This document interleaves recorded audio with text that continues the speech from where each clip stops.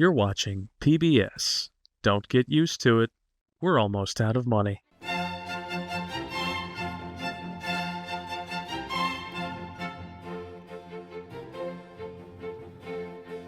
Oh, hi there. You've caught me admiring this Norman Rockwell painting. It's one of my favorites. Always makes me hungry. Welcome to the History of Art, where we take a deep dive into the illustrious world of art history. I'm Walter T. Wilkinson III, and yes, even my name is boring. Our topic today has been shrouded in mystery for centuries and has caused enjoyers of art everywhere to ask the same simple question. Why do children in old medieval paintings look like that? Many answers have been suggested throughout history, but the consensus has been that artists often had difficulty properly depicting children in their work, which resulted in inaccurate and truly bizarre portrayals. But art historians were in for a surprise when letters originally penned by renowned 15th century artist Francis Wolfhouse DuPont were recently unearthed. The letters reveal the startling truth. Children actually just kind of looked like that back then. Let's take a look at DuPont's revealing letters. Dearest Isabel, it has now been a fortnight since I arrived in England, and I misseth you dearly. I'm writing to share something peculiar that happened today after bringing my easel to the countryside. I was painting the clouds above when I spotted a nearby group of villagers enjoying a picnic, and I soon noticed one of them pestering the others. At first I assumed it was a rather short, full-grown man, but when I heard his prepubescent voice demanding jams from its mother, I realized it wasn't a man at all. In fact, it was a child. But this child didn't look quite right. Its face looked gaunt and poorly aged, as if it had already lived a long and stressful life full of hardship and disease. Its eyes were sunken and weary, and its body wasn't small in a cute way, but rather in a wait, how is this even possible kind of way. I was disturbed. I even barfed, and my moutheth a little biteth. Despite my urge to avert my eyes, my inner artist was drawn to it. I turned my easel in the direction of the creature and began to paint as accurately as I could. I soon realized this painting was special. I needed to show the world. For hundreds of years, DuPont's infamous portrait of this deformed child had been considered a work of fantasy, something that simply couldn't exist in reality. But these letters revealed to us that actually, DuPont was, to use an art term, dead ass. Very little is known regarding why the children looked like that, but times were very different back then. It could have been something in the well water, a holdover from the bubonic plague, perhaps a curse cast by a local witch. It's really anybody's guess. We simply were not there. DuPont was eager to show other artists what he'd created. Dearest Isabel, tonight I drank at a local pub with a group of other artists. I couldn't resist it, the opportunity to show them my latest work, which I'm thinking of titling Little Freak in Countryside, but am also totally open to other suggestions. The men were impressed by the attention to detail and shocking accuracy of the piece, but to my surprise, they began to question the morality of it existing at all. They said the depiction was, quote, cruel to the child. But I disagreed. I said the world deserves to see the truth. Children are just simply not looking how they should be looking. We now know that a majority of people felt protective of these children. It was bad enough that they looked like that to begin with, but their appearance being eternally captured in the form of an oil painting, that was considered a step too far. Of course, I admire DuPont's artistic integrity, but as a boy mom myself, I feel for those children. I just can't imagine how difficult it must have been for them to look like that. I'm sorry. They were so f***ing ugly. Sorry. But DuPont didn't back down. Even when confronted. I considered the conversation complete when I felt a tiny tap at my side. I looked down to see the titular little freak standing near our table. It looked at the painting, then up at me.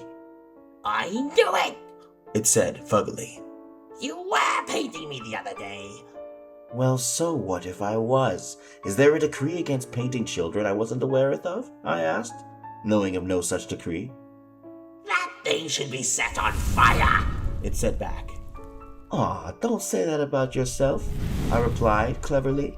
The freak then began screaming obscenities at everyone at the table, disrespecting their mothers as well as the entirety of their extended families.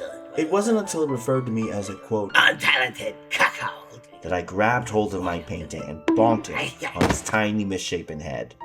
Everyone at the table couldn't help but snicker at his misfortune. This isn't over, It sneered before retreating defeated. The other artist turned to me. A change of heart was evident. After that, the gloves were off. The sentiment essentially became, yeah, okay, never mind. We're gonna go ahead and depict these little psychos. Get in that frame, bitch. From this point on, we begin to see an influx of accurate depictions of ugly children. Even artists who were commissioned by wealthy families were refusing to pull any punches in their work. But they also weren't compensated very well once the families saw the portraits, which, I do get. DuPont had started a revolution, but no revolution can take place without retribution. Dearest Isabel, I apologize for the lapse in time since my previous letter. I've been busy ushering in a new artistic approach of viewing the world. No biggie. Side note, is the thing still working for me? Let me know if not if. Every artist I know has been accurately painting all the children they encounter, and I've been rightfully getting credit for it. It's even gotten me sway with the women in town who have been fighting over who gets to bed me. They've all been preparing me fresh jams in a clear attempt to seduce me.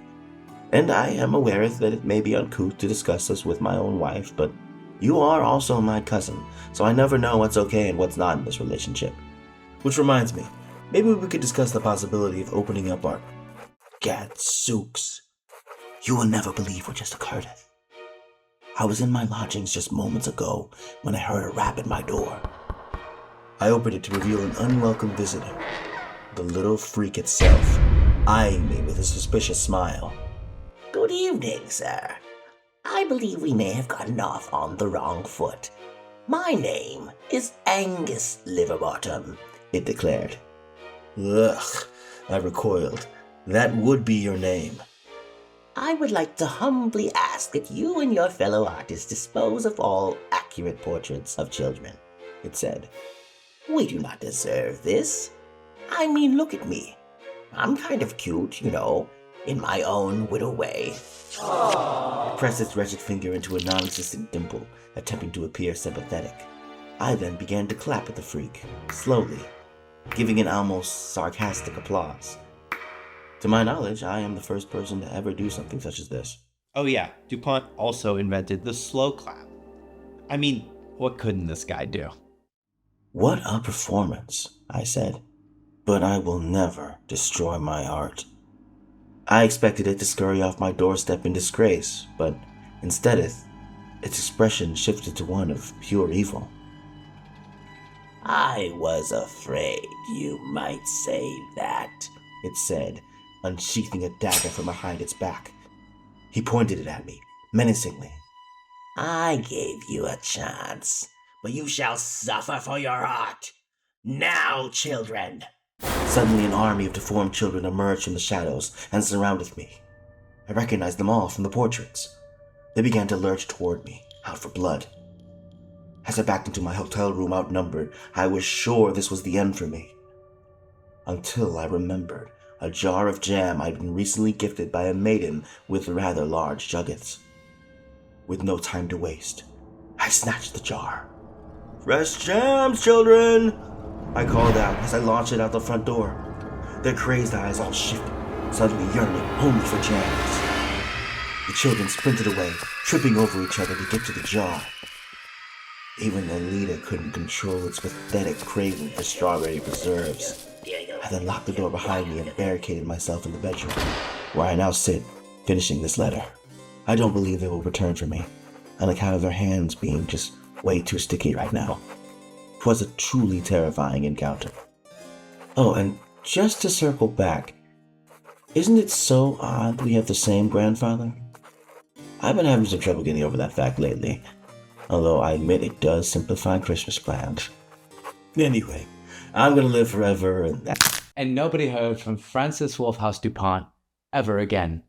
We can only assume he was murdered that night and pureed into a gem of the children's creation. But his legacy still lives on to this very day in the form of hundreds of years of just really f***ed up paintings of children. Tune in next week when we'll discuss how the mysterious figure from the Scream actually looked like that in real life. And Edvard Munch even hooked up with it one time in college. That's hot stuff. Goodbye now.